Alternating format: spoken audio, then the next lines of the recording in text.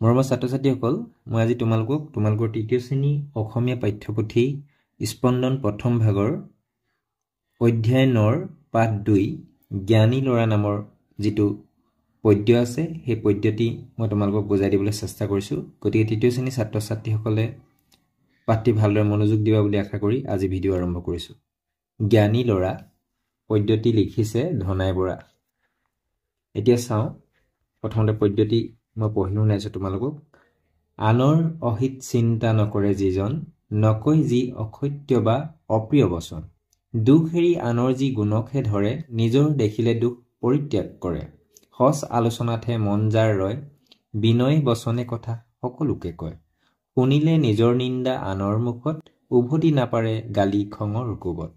পিতৃ মাতৃ আজ্ঞাবনী কৰে ৰোগত, সৰ্বদাই কৰে কাম সাধু মনোমত। পৰদ্ৰব্য দেখি কৰে লোক সম্বৰণ, নিতে নিতে শিকে এনে ভদ্ৰ আচৰণ। জ্ঞানী ল'ৰা বুলি তাক কয় সৰ্বজন, তেনে ল'ৰা সকলোৰে নয়ন ৰঞ্জন। এতিয়া মই পদ্যটি তোমালোকক বুজাই দিবলৈ চেষ্টা কৰিছো, চোৱাচোন। আনৰ অহিত চিন্তা নকৰে যিজন, ইয়াত আচলতে পদ্যটিত কি কৰিছে, এটা জ্ঞানী ল'ৰাৰ বিষয়ে ক'বলৈ বিচাৰিছে। জ্ঞানী ল'ৰা কেনে স্বভাৱৰ হয় এই কথাটোৱে ক'বলৈ বিচাৰিছে। আনৰ অহিত চিন্তা নকৰে যিজন, নকয় যি অসত্য বা অপ্ৰিয় বচন। জ্ঞানী ল'ৰাই কি হয়, আনৰ অহিত চিন্তা নকৰে, আনৰ বেয়া চিন্তা নকৰে, নকয় যি অসত্য বা অপ্ৰিয় বচন। আৰু জ্ঞানী ল'ৰাই অসত্য কথা নকয়, সদায় সত্য কয় বা অপ্ৰিয় বচনো নকয়। দুখ এৰি আনৰ যি গুণকহে ধৰে, নিজৰ দেখিলে দুখ পৰিত্যাগ কৰে। দুখ এৰি কি কয়, আনৰ গুণকহে ধৰে, আনৰ যি গুণ সেইবিলাক নিজৰ কৰি লয়, আৰু নিজৰ দেখিলে দুখ কি কৰে, নিজৰ যেতিয়া দুখ দেখে সেইবিলাক পৰিত্যাগ কৰে, ত্যাগ কৰে। মানে সচ আলোচনাতহে মন যায় ৰয়, সদায় সচ আলোচনাত জ্ঞানী ল'ৰাৰ মন বহে। বিনয় বচনে কথা সকলোকে কয়, কথা কওঁতে সদায় বিনয় ভাৱে কয়। শুনিলে নিজৰ নিন্দা আনৰ মুখত, উভতি নাপাৰে গালি খঙৰ কোবত। যদি আনে তেওঁক নিন্দাও কৰে জ্ঞানী ল'ৰাক, তেওঁ কি কৰে, উভতি গালি নাপাৰে বুলি কৈছে, খঙৰ কোবত গালি নাপাৰে উভতি। পিতৃ মাতৃ আজ্ঞাবনী কৰে ৰোগত, সৰ্বদাই কৰে কাম সাধু মনোমত। পিতৃ মাতৃ আদেশ সদায় পালন কৰে, হিৰোগত কৰে, আৰু সদায় কি হয়, সাধু কাম কৰে। পৰদ্ৰব্য দেখি কৰে লোভ সম্বৰণ, নিতে নিতে শিকে এনে ভদ্ৰ আচৰণ। কি হয়, যেতিয়া পৰদ্ৰব্য দেখে, পৰৰ বস্তু পৰ সম্পত্তিৰ প্ৰতি কি হয়, লোভ নকৰে, আনৰ বস্তুলৈ লিপ্সা নকৰে। নিতে নিতে শিকে এনে ভদ্ৰ আচৰণ, আৰু সদায় এনেধৰণৰ ভদ্ৰ আচৰণ শিকে জ্ঞানী ল'ৰাই। জ্ঞানী ল'ৰা বুলি তাক কয় সৰ্বজন, আৰু এনে স্বভাৱৰ ল'ৰাকে কি সকলোৱে কি বুলি কয়, জ্ঞানী ল'ৰা বুলি কয়। আৰু তেনে ল'ৰা সকলোৱে নয়নৰঞ্জন, সকলো তেওঁ এনেধৰণৰ ল'ৰা সকলোৰ কাৰণে মৰমৰ হয়, আৰু কি হয়, আনন্দৰ হয়। এনেকুৱা ল'ৰাক সকলোৱে ভাল পায়, জ্ঞানী ল'ৰাক, সেই কথাটো ক'ব বিচাৰিছে। নিশ্চয় তোমালোকে পদ্যটি বুজি পালা। ইয়াত জানি থোৱা বুলি দিছে, কি দিছে ইয়াত, সংস্কৃতত প্ৰচলিত দাড়ি, আমি এই দাড়ি দেখিছোঁ হয়নে, আৰু দুডাল দাড়ি, এই পদ্যটোত প্ৰথম চৰণত এডাল দাড়ি, দ্বিতীয় চৰণত দুডাল, এনেধৰণে দেখিছোঁ আমি। কি কৈছে, ব্যৱহাৰ পুৰণি অসমীয়াটো আছিল, এইটো সংস্কৃতত প্ৰচলিত হয়, এইটো পুৰণি অসমীয়াটো আছিল কৈছে। প্ৰথম চৰণৰ শেষত দাড়ি এডাল আৰু দ্বিতীয় চৰণৰ শেষত 2 দাড়ি দিয়াটো সাধাৰণ এটা নিয়ম বুলি কৈছে। এতিয়া আহিছোঁ ক্ৰিয়াকলাপলৈ। যিটো ক্ৰিয়াকলাপ দিছে, আলোচনা কৰোঁ আৰু লিখোঁ আহা। ক, খঙৰ কোবত কি কৰিব নালাগে। খ, কি দিছে, কিহৰ প্ৰতি লোভ ত্যাগ কৰিব লাগে। গ, আমি কেনেধৰণৰ আচৰণ শিকিব লাগে। ঘ, আমি কাৰ মনোমত কাম কৰিব লাগে। মই এই প্ৰশ্নকেইটাৰ উত্তৰ লিখি ৰাখিছোঁ, তোমালোকে ভালদৰে মনোযোগ দিবা। খঙৰ কোবত কি কৰিব, ক যিটো প্ৰশ্ন দিছে, খঙৰ কোবত কি কৰিব নালাগে, উত্তৰটো কি হ'ব, খঙৰ কোবত আনক উভতি গালি পাৰিব নালাগে। খ, কিহৰ প্ৰতি লোভ ত্যাগ কৰিব লাগে, উত্তৰটো হ'ব পৰদ্ৰব্যৰ প্ৰতি লোভ ত্যাগ কৰিব লাগে, পৰদ্ৰব্যৰ প্ৰতি লোভ ত্যাগ কৰিব লাগে। গটো কি দিছে, আমি কেনেধৰণৰ আচৰণ শিকিব লাগে, উত্তৰ আমি ভদ্ৰ আচৰণ শিকিব লাগে। ঘটো কি দিছে, আমি কাৰ মনোমত কাম কৰিব লাগে, উত্তৰটো হৈছে আমি সাধু লোকৰ মনোমত কাম কৰিব লাগে। এতিয়া 2 নম্বৰ যিটো ক্ৰিয়াকলাপ দিছে, কি দিছে, চোৱা, কোৱা আৰু কাষৰ বাকচত লিখা সংখ্যা আৰু আখৰেৰে। ক, পদ্যটোত কেইটা শাৰী আছে, পদ্যটোত আমি কেইটা শাৰী পাইছিলোঁ, পদ্যটিত আমি 14টা শাৰী পাইছিলোঁ। আমি লিখিব লাগিব 14 আৰু আখৰে এনেকৈ 14টা লিখিব লাগিব।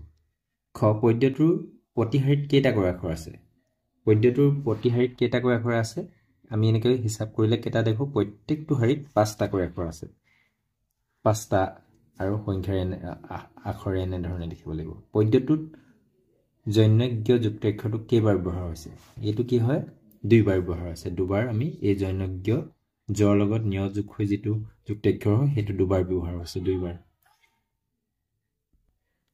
3 নম্বৰ যেটো ক্ৰিয়াকলাপ দিছে কি দিছে তলৰ প্ৰশ্নবোৰৰ শুদ্ধ উত্তৰটো বাছি উলিয়াই সঠিক চিনটো পূৰ কৰা জ্ঞানী লৰাই কি কৰে বুলি কৈছে ক অসত্য কথা কয় খ আনৰ গুণেৰি দুখ লয় গ পৰদ্ৰব্যত লোভ কৰে অস আলোচনাত ভাগ লয় ইয়াৰ তিনিটা নহয় ঘটো শুদ্ধ এটো তাই কাৰণে আমি ঘেৰ দিব লাগিব এটোত আমি পূৰ কৰিব লাগিব ঘটোত আমি এনে ধৰণে পূৰ কৰিব লাগিব জ্ঞানী লৰাই কি নকৰে বুলি কৈছে ক নিজৰ দুখ পৰিত্যাগ কৰে আনক নিন্দা কৰে পিতৃ-মাতৃ আজ্ঞা পালন কৰে শিক্ষকক সন্মান কৰে নিজৰ দুখ পৰিত্যাগ কৰে এটো শুদ্ধ নিজৰ দুখ পৰিত্যাগ কৰে আনক নিন্দা কৰে পিতৃ-মাতৃ আজ্ঞা পালন কৰে শিক্ষকক সন্মান কৰে আনক নিন্দা কৰে এটো নকৰে কি নকৰে বুলি কৈছে এতিয়া আনক নিন্দা কৰে এটো হ'ব খটো 4 নম্বৰ যেটো ক্ৰিয়াকলাপ কি দিছে তলৰ শব্দকেইটাৰ অৰ্থ কাখৰ শব্দথোপৰ পৰা উলিয়াই লিখা এই শব্দথোপৰ পৰা আমি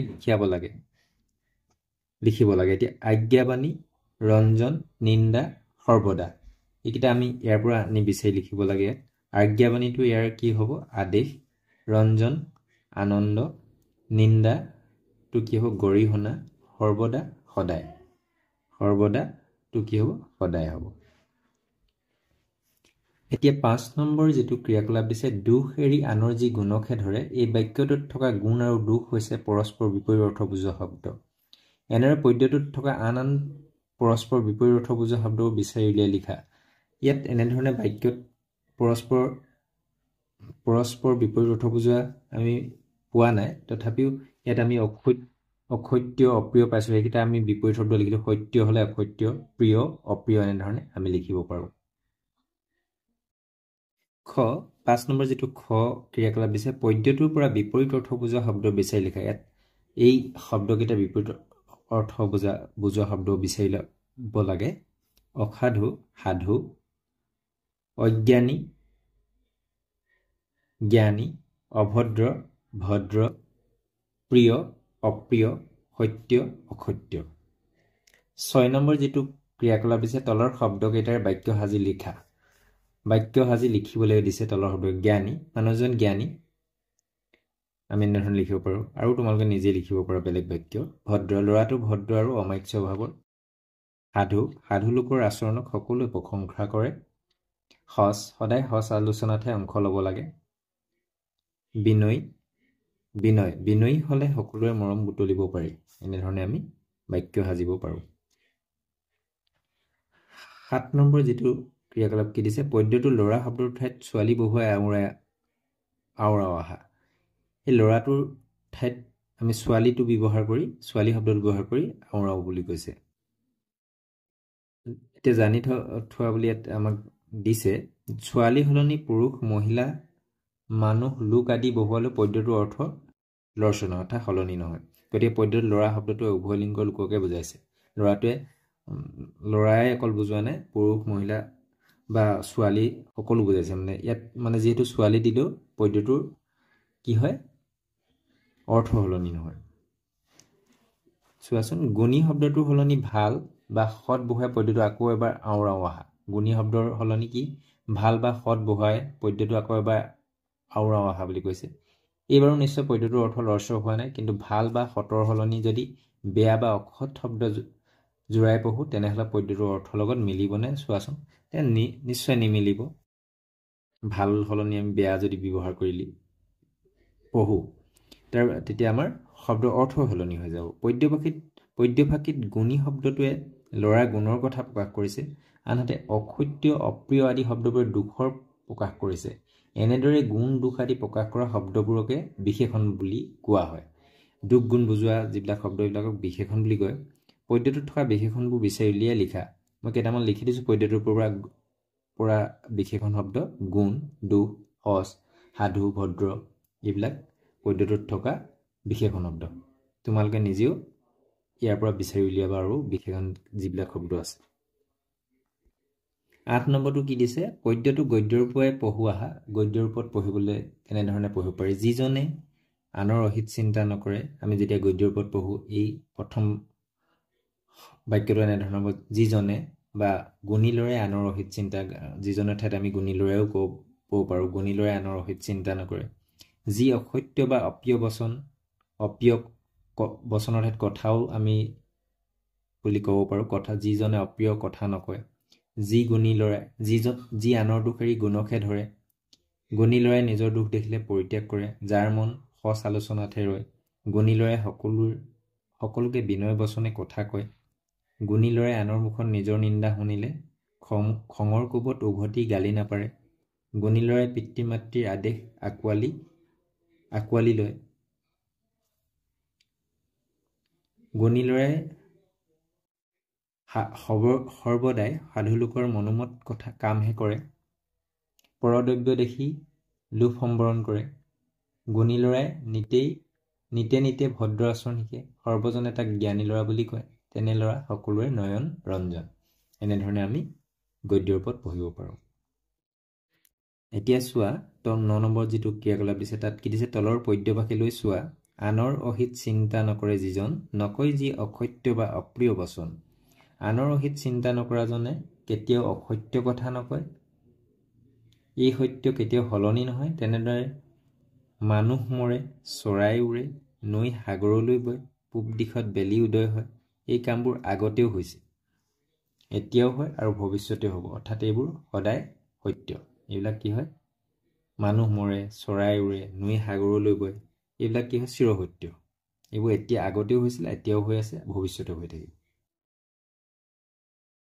10 নম্বৰ ক্ৰিয়াকলাপটোক কি দিছে? পদ্যটোত তেনেকুৱা চিৰসত্য কিছুমান গুণ আৰু দোষৰ উল্লেখ আছে, সেইবোৰ বাছি উলিয়াই লিখা। গুণ কি? সত্য কথা কোৱা, অসত্য কথা কোৱা, আনৰ গুণ ধৰা, আনৰ দুখ ধৰা, বিনয়ী হোৱা, এইটো গুণ, খঙত গালি পৰা। গুণৰ ভিতৰত পিতৃ মাতৃৰ আজ্ঞা পালন কৰা, দুখটো খঙত আনক গালি পৰা। এইকেইটা কি হয়? চিৰসত্য কিছুমান গুণ আৰু দুখ। 11 নম্বৰ যিটো ক্ৰিয়াকলাপ দিছে তাত কি দিছে? পদ্যটো কোনটো ভাষী পঢ়ি তোমাৰ বেছি ভাল লাগিছে লিখা আৰু কিয় ভাল লাগিছে কোৱা। মোৰ যিটো ভাল লাগিছে সেইটো মই ইয়াত লিখিছোঁ। পদ্যটো ভাল লগা পদ্যভাষী হৈছে সঁচ আলোচনাতহে মন যাৰ ৰয়, কিয়নো এই পদ্যভাষীত সঁচ আলোচনাত সদায় অংশ ল'বলৈ আমাক অনুপ্ৰাণিত কৰিছে। তাৰপিছত 12 নম্বৰ ক্ৰিয়াকলাপটো কি দিছে? তলৰ প্ৰশ্নবোৰৰ উত্তৰ লিখা। ক কি দিছে? জ্ঞানী ল'ৰাৰ গাত থাকিবলৈ কেইটামান গুণৰ বিষয়ে লিখা। খ কি দিছে? সেই গুণবোৰ তোমাৰ গাত আছেনে নাই এবাৰ ৰেজাই চাই অমিলবোৰ লিখা। গ কি দিছে? যদি কোনোবাটো গুণ তোমাৰ গাত নাই তেনেহ'লে তুমি সেই গুণটো কেনেদৰে আহৰণ কৰিবা কোৱা। এইকেইটা তোমালোকে খ গ নিজে লিখিবা। কটো মই লিখি দিছোঁ জ্ঞানী ল'ৰাৰ গাত থাকিবলগীয়া কেইটামান গুণৰ বিষয়ে। চোৱাচোন, জ্ঞানী ল'ৰাৰ গাত থাকিবলৈ কেইটামান গুণ হ'ল সত্য কথা কোৱা, বিনয়ী হোৱা, পিতৃ মাতৃৰ আদেশ মানি চলা, পৰৰ বস্তুলৈ লোভ নকৰা, 5 সঁচ আলোচনাত ভাগ লোৱা। এইকেইটা হৈছে জ্ঞানী ল'ৰাৰ গাত থাকিবলগীয়া গুণ। আজিৰ পাঠ ইমানতে সামৰিছোঁ। পুনৰ অন্য এটা পাঠৰ সৈতে পুনৰ লগ হ'ম। ধন্যবাদ।